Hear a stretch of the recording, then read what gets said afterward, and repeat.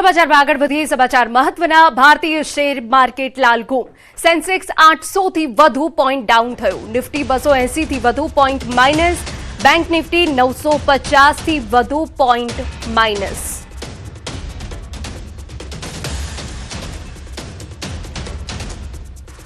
તો નિફ્ટી 280 પોઈન્ટથી વધુ ડાઉન થયો હોવાની આ વિગતો મળી રહી છે। બેંક નિફ્ટી 950 થી વધુ ડાઉન ગયો છે। ભારતીય શેર માર્કેટ લાલઘૂમ છે। આપને વિગતો આપી દઈએ કે જ્યાં જે મિડલ ઈસ્ટમાં યુદ્ધ છે જે હજુ પણ યથાવત છે તેની સીધી અસર અહીંયા શેર માર્કેટ પર પડી છે। ક્યાંક ક્રૂડ તેલને લઈને અછત સર્જાઈ રહી છે અને પીએનજીને લઈને પણ ચિંતા વ્યાપી છે। તે વચ્ચે ભારતીય શેર માર્કેટ લાલઘૂમ જોવાઈ રહ્યું છે।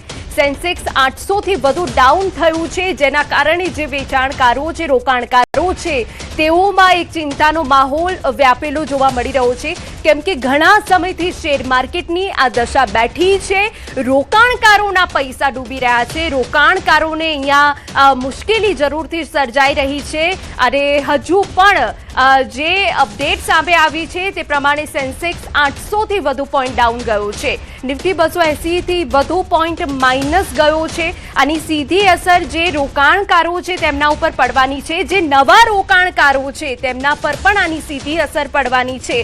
પરંતુ ભારતીય શેર માર્કેટની જે દશા છે એ હાલ બેહાલ જોવા મળી રહી છે। રોકાણકારો માટે અહીંયા મુશ્કેલીનો સમય જરૂરથી છે, કારણ કે મિડલ ઈસ્ટમાં જે યુદ્ધની સ્થિતિ સર્જાઈ છે તેના પછી ભારતીય શેર માર્કેટની જે દશા છે તે રોકાણકારો માટે હાલ ચિંતાજનક બની રહી છે।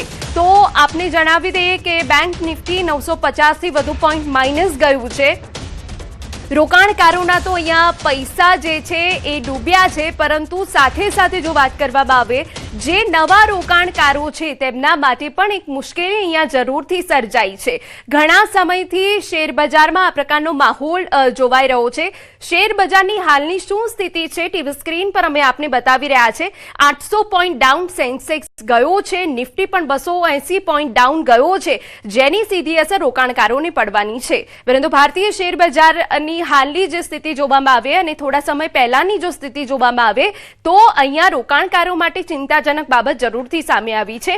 ખાસ કરીને જે નવા રોકાણકારો છે તેમના માટે પણ અહીંયા મુશ્કેલી છે અને આવનારા દિવસોમાં જો આ પ્રકારની સ્થિતિ સર્જાય છે તો અહીંયા રોકાણકારો માટે મુશ્કેલી। માર્કેટ એક્સપર્ટ જગદીશભાઈ ઠક્કર આપણી સાથે જોડાઈ ગયા છે। જગદીશભાઈ, હાલની જે સ્થિતિ જોવાઈ રહી છે તે રોકાણકારો માટે મુશ્કેલીજનક તો જરૂર છે। બિલકુલ મુશ્કેલીજનક છે, કારણ કે અત્યારે આમ તમે જુઓ તો ઇવન 2025માં પણ સૌથી વધારે ઓછામાં ઓછું રિટર્ન આપનારો કોઈ શેર બજાર હોય તો એ ભારતીય શેર બજાર જ હતો। તમે સાથે સાઉથ કોરિયાને સરખામણી કરો તો લગભગ 2025માં એ બધી દેશોએ 75% રિટર્ન આપ્યું હતું। ભારતમાં જે કોઈએ રોકાણ કર્યું એને માત્ર 8 કે 10% સંતોષ માનવો પડ્યો હતો। અને વિદેશી રોકાણકારોની ખરેખર તમે આમ જુઓ તો વેચવાલી બિલકુલ યથાવત ચાલુ છે। બજેટમાં કોઈક સારા સમાચાર આવશે, કેપિટલ ગેઇનમાં કોઈ રાહત મળશે, એફસીટી ઘટશે, એવી ઘણી બધી આશાઓ રાખીને કદાચ મોટાભાગના રોકાણકારો ચાલતા હતા, પણ એ આશા પણ હવે લગભગ બિલકુલ આપણા પર પાણી ફરી વળ્યું છે। અને હવે બળતામાં ઘી ઉમાળ્યો હોય તેમ અત્યારે આ જે યુદ્ધ ચાલુ થયું છે ઈરાન વચ્ચે અને અમેરિકા અને ઇઝરાયલ વચ્ચે, એ જલ્દી પતે એવું અત્યારે લાગતું નથી। ભલે ટ્રમ્પ સાહેબ એવું કહેતા હોય કે આ યુદ્ધ ગમે ત્યારે સમાપ્ત થઈ જશે અને હું કહું ઝાડુ ત્યારે સમાપ્ત કરી શકીશું, પણ જે રીતે ગઈકાલે સ્પીચ આવી ત્યાંના જે નવા સુપ્રીમ લીડરની, એ અત્યારે એવું જ લાગી રહ્યું છે કે બિલકુલ લડાયક મૂડમાં છે। અને હોર્મુઝ ખાડીમાં જે જાતની એ લોકોએ બંદી કરી છે એના લીધે જે વર્લ્ડ ઓવરમાં એક ક્રાઇસિસ સર્જાય છે અને એમાં આપણે પણ એનો ભોગ બન્યા છીએ। હું નથી માનતો કે આનો કોઈ જલ્દી ઉકેલ આવે, એવા ચમત્કાર થાય। બિલકુલ જગદીશભાઈ, અહીંયા મહત્વનો સવાલ કે આગામી દિવસોમાં શેર માર્કેટની સ્થિતિ આપ શું જોઈ રહ્યા છો? અત્યારની પરિસ્થિતિ જોતા તો એવું લાગે છે કે લગભગ 2020માં જયારે કોવિડનો સમય હતો અને જે જાતની બજારની પરિસ્થિતિ અચાનક જ યુટર્ન લીધો હતો અને ધારણા કરતા લગભગ નીચેની તરફ સરકી ગયો હતો। અત્યારે હું આપણે નિફ્ટીનો જો કદાચ દાખલો આપું, હું કોઈનો ગભરાવા નથી માંગતો।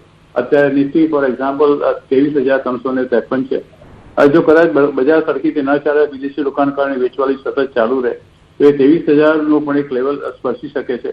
અને જો કોઈ સંજોગોમાં કમનસીબે 23,000નું જે લેવલ તોડ્યું તો એ 22,500 ને 22,000 સુધી પણ જઈ શકે છે. બિલકુલ. એટલે દરેક જે વ્યક્તિ જે કામ કરે છે એને બહુ જ સાચવીને કામ કરવાની જરૂર છે. અને જે ડે ટ્રેડર્સ છે, મારી ખાસ સલાહ છે, મહેરબાની કરીને આ બજારમાં હાલ પૂરતા તમે બજારથી અળગા રહો. બિલકુલ. જગદીશભાઈ, છેલ્લો સવાલ, નવા રોકાણકારો અને હાલના જે રોકાણકારો છે તેમના માટે શું સલાહ? જે લાંબા ગાળાના રોકાણકાર છે એને કોઈ વિશેષ ચિંતા કરવાની જરૂર નથી. બજારમાં આ જાતની ઉથલપાથલ 1984 થી હું તમને અનેક દાખલા આપી શકું એમ છું. જયારે મિસેસ ગાંધીવોત એસેસિને છે ત્યારથી હર્ષદ મહેતા છે, કેતન પારેખ છે, 2008ની સબપ્રાઇમ ક્રાઇસિસ છે, ઘણી બધી વસ્તુઓ આપણે કહી શકું છું. પણ એક વસ્તુ ઇતિહાસ બિલકુલ સાક્ષી છે કે જયારે આ જાતનો ઘટાડો બજારમાં આવે છે ત્યારે તે પછી જે બજાર જયારે ફરે છે ત્યારે આગળ જે એને હાઈ બનાવે એના કરતા ઉપરનો જ હાઈ બનાવે છે. એ જે લાંબા ગાળાના રોકાણકારો છે એના માટે ચોક્કસ કોઈ ચિંતા કરવાની જરૂર નહીં. થોડી ધીરજ રાખજો અને તમારા જે શેર જાળવી રાખજો. અને જે નવા રોકાણકારો કે જેને ખરીદવું છે એ ચોક્કસ સારા બ્લુચીપ શેરો પોતાના નાણાકીય સલાહકારની સલાહ લઈને થોડું 10% દરેક ઘટાડે ખરીદતા રહે અને પોતાના પોર્ટફોલિયો બનાવે અને 3 થી 5 વર્ષનો અભિગમ રાખે. બિલકુલ. આભાર તમામ વિગતો બદલ. તો અહીંયા જે રોકાણકારો છે તેમના માટે ધીરજની વાત માર્કેટ એક્સપર્ટ કરી રહ્યા છે. સમાચારમાં વાત હવે સુરતથી કરીએ. રખડતા શ્વાનનો આતંક યથાવત છે. 4 વર્ષના બાળક ઉપર રખડતા શ્વાને હુમલો કર્યો. વેસ્તાન ગણેશનગરમાં આ ઘટના બની. બાળકના આંખ નીચે શ્વાને બચકા ભર્યા. બાળકને સારવાર માટે નવી સિવિલ હોસ્પિટલ લાવવામાં આવ્યો છે. બાળક ગંભીર રીતે ઘાયલ થયો છે કેમ કે આંખના નીચેના ભાગે જ શ્વાને હુમલો કરી દીધો છે. બાળકને તાત્કાલિક સિવિલ હોસ્પિટલમાં લઈ જવાયો.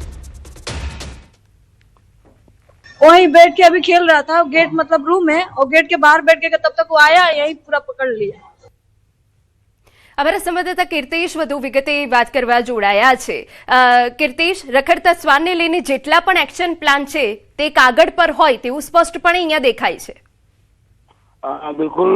થોડા દિવસ થઈને સુરત શહેરમાં શ્વાનો દ્વારા હુમલાની ઘટનાઓ સામે આવતી હોય છે. ત્યારે ફરી એક વખત સુરતના બસ્તાન વિસ્તારની ઘટના છે જ્યાં 4 વર્ષના બાળક ઉપર શ્વાનોના ટોળા દ્વારા હુમલો કરવામાં આવ્યો છે. જોકે જેને લઈને બાળકની આંખને ભાગના નીચે ઈજા થવા પામી હતી. બાળકને તાત્કાલિક સારવાર હોસ્પિટલ ખસેડવામાં આવ્યો છે. ખાસ કરીને ઘટનાને લઈને સમગ્ર વિસ્તારમાં એક સમય માટે લોકોમાં આક્રોશ ફેલાઈ જવા પામ્યો હતો. જે પ્રકારની આ ઘટના છે, અવારનવાર નાના બાળકો શ્વાન ટાર્ગેટ કરતા હોય છે ત્યારે વધુ એક ઘટના સામે આવતા તંત્ર ફરી એક વખત દોડતું થયું છે. ચોક્કસ તંત્ર દ્વારા શ્વાનોને રસીકરણ સાથે હુમલા ના થાય તે પ્રકારની કામગીરી કરવામાં આવતી હોવાની મોટી વાતો કરવામાં આવે છે. મને વાતો માત્ર કાગળ પર હોય તેવું સ્પષ્ટપણે લાગી રહ્યું છે. બિલકુલ. આભાર. તો જે રીતે રખડતા શ્વાનનો આતંક સુરત શહેરમાં હજુ પણ યથાવત જોવા મળી રહ્યો છે. 4 વર્ષના બાળક પર રખડતા શ્વાને હુમલો કર્યો.